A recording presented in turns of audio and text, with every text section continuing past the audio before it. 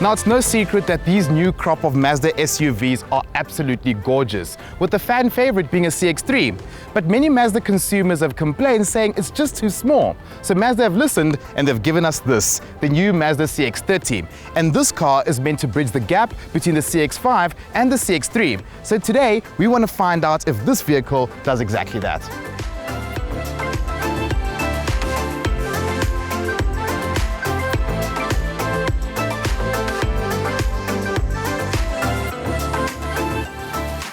So the first thing I need to talk about in this new Mazda CX-30 is just how quiet this car is. Sitting inside this vehicle, there's something just about how it's built.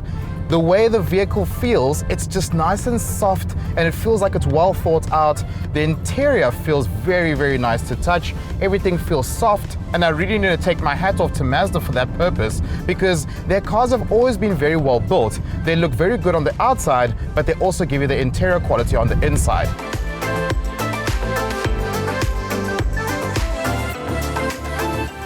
One drawback that comes with these sleek designs is that it slightly does mess with your visibility. Each time I look back in this vehicle, I do wish I could see just that much more.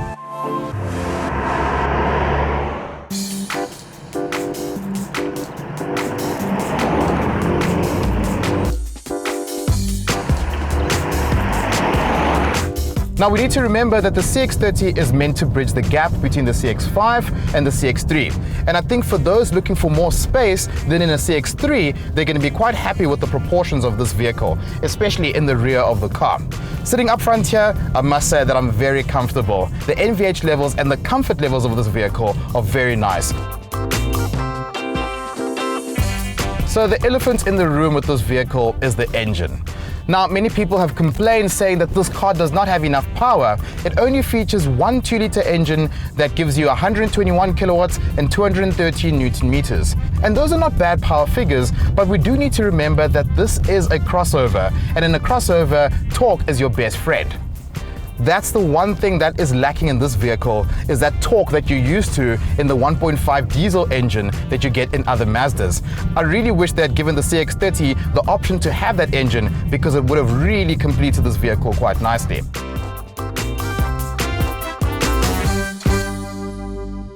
Now, we need to remember who the demographic is for this vehicle. It's not people who are going to be chasing speed and thrills. It's people who simply want to get from A to B very comfortably. And that is a thing that you cannot fault about this car. It's very comfortable, it's very quiet, it does give you a decent amount of space up front and in the rear, and it's built very beautifully.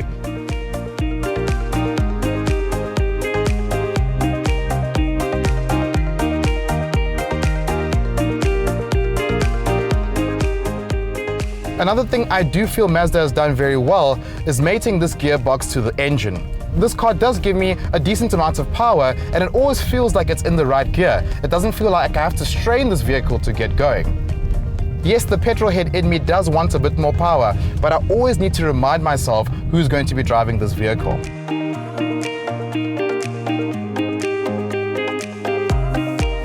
The whole thing about this car, it's meant to be a bigger version of the CX-3. And from that perspective, this car does make a lot of sense, because it does give you that much more space, and you do feel like you're in a larger car.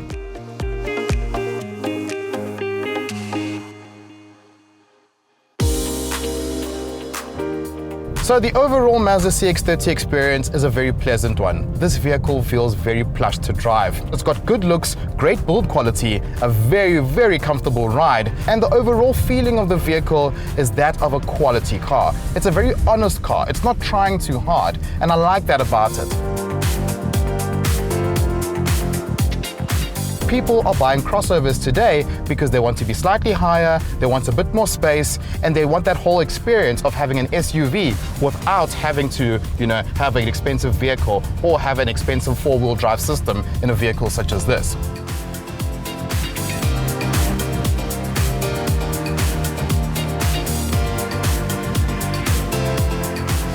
So whether you're on your way to work or you're coming to the golf course, the new Mazda CX-30 is a car that works with your lifestyle. It really lets you live your best life.